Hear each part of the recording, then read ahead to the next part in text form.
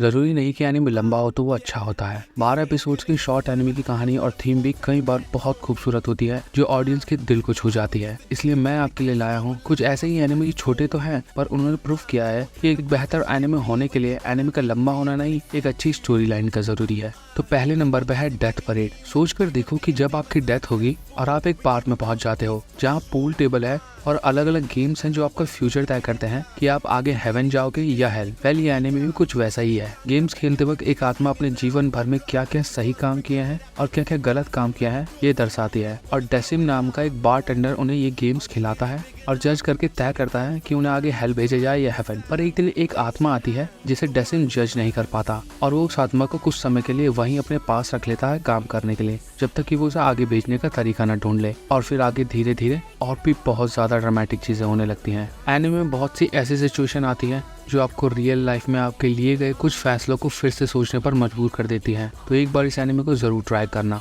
अब दूसरा एनिमे है नो गेम नो लाइफ। एक वर्ल्ड है जिसे डिसवर्ल्ड कहते हैं और उस वर्ल्ड के गॉड का नाम है टैट। अब इस वर्ल्ड में ह्यूमैनिटी प्रजाति के ह्यूमंस और उनके साथ साथ 16 प्रजातियां और रहती है, पर ह्यूमंस सबसे ज्यादा वीक है क्योंकि उनके पास कोई मैजिक पावर्स नहीं है। और इस वर्ल्ड में सब कुछ गेम्स खेलकर सेटल किया जाता है इन प्रजातियों के बीच। और इस वर्ल्ड के जो ह्यूमंस हैं इस गेम में बहुत बेकार है, मतलब सबसे बेकार है। तब टैट जो गॉड है वो अर्थ से 2 ह्यूमंस को इस वर्ल्ड में टेलीपोर्ट कर देता है। वो दोनों ह्यूमंस बहन भाई होते हैं और उनका नाम होता है सोरा और शीरो। और फिर ये दोनों बहन भाई जो गेमिंग में बहुत ज्यादा एक्सपर्ट हैं, वहाँ के बर्बाद और खत्म होने की कगार पर आई ह्यूमंस प्रजाति को कैसे कैसे बचाते हैं वो देखने में बहुत मजा आता है। एनिमे में बहुत सारे ओपी मूवमेंट्स हैं और एनिमे में कॉमेडी के साथ साथ इची का भी टच दिया गया है, तो एक बार तो ये एनिमे देखना बनता ही है। अब तीसरा एनिमे तो मेरा फेवरेट है और इसका नाम थोड़ा सा वियर्ड भी है, टॉयलेट बॉन्ड हानाको-कुन। तो जापान में एक अर्बन लेजेंड है 7 वंडर्स के नाम से। ये एक हानाको-सान नाम की लड़की का भूत स्कूल के बाथरूम में घूमता है। अब कामोमी नाम के एक स्कूल में इस स्टोरी का अपना ही वर्जन फेमस है।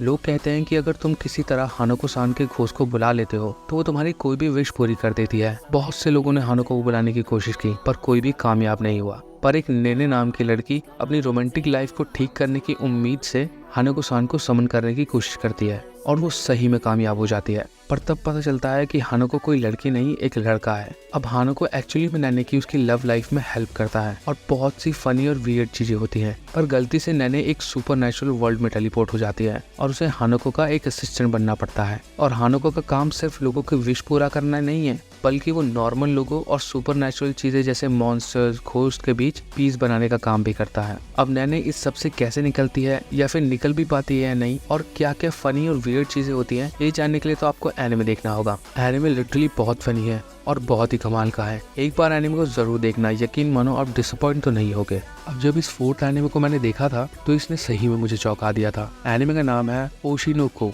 अब ये एनिमे थोड़ा सा अजीब है पर साथ ही में काफी एंटरटेनिंग भी है। अब एंटरटेनमेंट की दुनिया में सेलिब्रिटी अपने आप को एक झूठी सी जिंदगी के पीछे छुपा कर रखते हैं, जबकि उनकी रियल लाइफ कुछ और ही होती है। और आम लोग उन सेलिब्रिटीज की सो कॉल्ड परफेक्ट लाइफ को देखकर इतना ज्यादा इंप्रेस हो जाते हैं कि वो उन्हें अपना आइडल ही मान लेते हैं, जब तक कि उनके सामने उनका डार्क और कड़वा सच सामने नहीं आ जाता। ऐसा ही कुछ इस एनिमे के गोरुओ एमीमिया के साथ होता है। अब गोरुओ एक गायनोकोलॉजिस्ट है एक छोटे से गांव में, और वो एक आई होशिनो का बहुत बड़ा फैन होता है। आई एक पॉप आइडल कोमाई ग्रुप का पार्ट होती है और आई जब 16 साल की थी वो तब से ही फेमस होना शुरू हो गई थी। पर एक दिन आई अपने पॉप करियर से ब्रेक लेने की अनाउंसमेंट करती है हेल्थ इशू बताकर, और उसके बहुत सारे फैंस आई की हेल्थ को लेकर बहुत ज्यादा चिंता करने लगते हैं। और तब आई पहुंचती है गोरुओ एमीमिया के हॉस्पिटल में, और गोरुओ के लिए तो ये एक ड्रीम कम ट्रू जैसी सिचुएशन थी। पर तब पता चलता है कि आई की कोई हेल्थ खराब नहीं थी, वो प्रेग्नेंट थी, वो भी ट्विन से। अब गोरुओ आई के ट्विन बच्चों को सेफली डिलीवर करने का वादा तो कर देता है, पर वो ये सोचता है कि जिस आई को वो जानता था, जिसे वो आइडल सोचता था, ये आई तो वैसी नहीं है, और अब क्या वो उसे पहले के जैसा एक ड्रीम आइडल मान पाएगा। हाँ, मैं जानता हूँ कि एनिमे थोड़ा सुनने में काफी डार्क सा लग रहा है, पर एनिमे ड्रामा और सुपरनैचुरल की कैटेगरी में आता है, और एनिमे में इसके अलावा और भी बहुत कुछ है, और उसे बताकर मैं आपको यहाँ स्पॉइलर नहीं देना चाहता। तो एक बार इस एनिमे को जरूर ट्राई करना। एनिमे रियली में एंटरटेनिंग है। अब अगला जो एनिमे है वो इस पूरी लिस्ट का सबसे क्यूटेस्ट और स्वीट एनिमे है। एनिमे का नाम है I sky and his cool female colleague. Anime का नाम ही इतना सिंपल सा है, मानो जैसे किसी पैराग्राफ से कोई रैंडम सी लाइन उठा ली हो और उसे ही एनिमे का नाम दे दिया हो। तो खैर, एनिमे की स्टोरी कुछ ऐसी है कि हिमोरू नाम का एक लड़का होता है जिसकी एक अजीब सी प्रॉब्लम है कि जब भी वो बहुत ज़्यादा फोकस, स्ट्रेस या फ्रस्ट्रेटेड या फिर और भी कोई दूसरा इमोशन शो करता है तो वो अपने चारों तरफ एक स्नो स्टॉर्म क्रिएट कर लेता है। और ये सब होता है उसकी जॉब के पहले दिन, जब वो मिलता है फ्योत्सुकी नाम की एक लड़की से, और फ्योत्सुकी उसकी हेल्प करती है इस सिचुएशन से बाहर आने में, और अब वो उसकी कोवर्कर भी है। तब हर बार फ्योत्सुकी हिमोरू को प्रैक्टिकल सॉल्यूशन समझाकर उसे इसकी आइस स्टॉर्म की प्रॉब्लम से बाहर निकालती है, और हिमोरू उसे पसंद करने लगता है। और उसके दिल में जब भी उसके लिए कोई फीलिंग्स आती हैं तो वो अपनी चारों तरफ एक आइस स्टॉर्म बना लेता है। और हिमोरू का प्लान है कि वो एक दिन उसे ये सब कुछ अपने दिल की बात बताएगा, और वो ऐसा कर पाता है या नहीं कर पाता ये जानने के लिए तो आपको एनिमे देखना होगा। तो एक बार इस एनिमे को तो ट्राई जरूर करना, एनिमे लिटरली फनी है। तो ये थे कुछ ऐसे एनिमे जिन्हें आप कुछ ही घंटों में बैठकर बिंज वॉच कर सकते हो। इन एनिमे को आपको बीच में छोड़ने का दुख नहीं होता, जो ज्यादातर बड़े एनिमे के साथ प्रॉब्लम होती है। खैर, अगर वीडियो अच्छी लगी हो तो लाइक करना और कमेंट करके बताओ कि आपने इनमें से कौन सा एनिमे देखा है या कौन सा एनिमे आप देखने वाले हो। मेरा नाम है राम और मैं मिलूंगा आपको अगली वीडियो में। मुझे सुनने के लिए थैंक यू। पीस।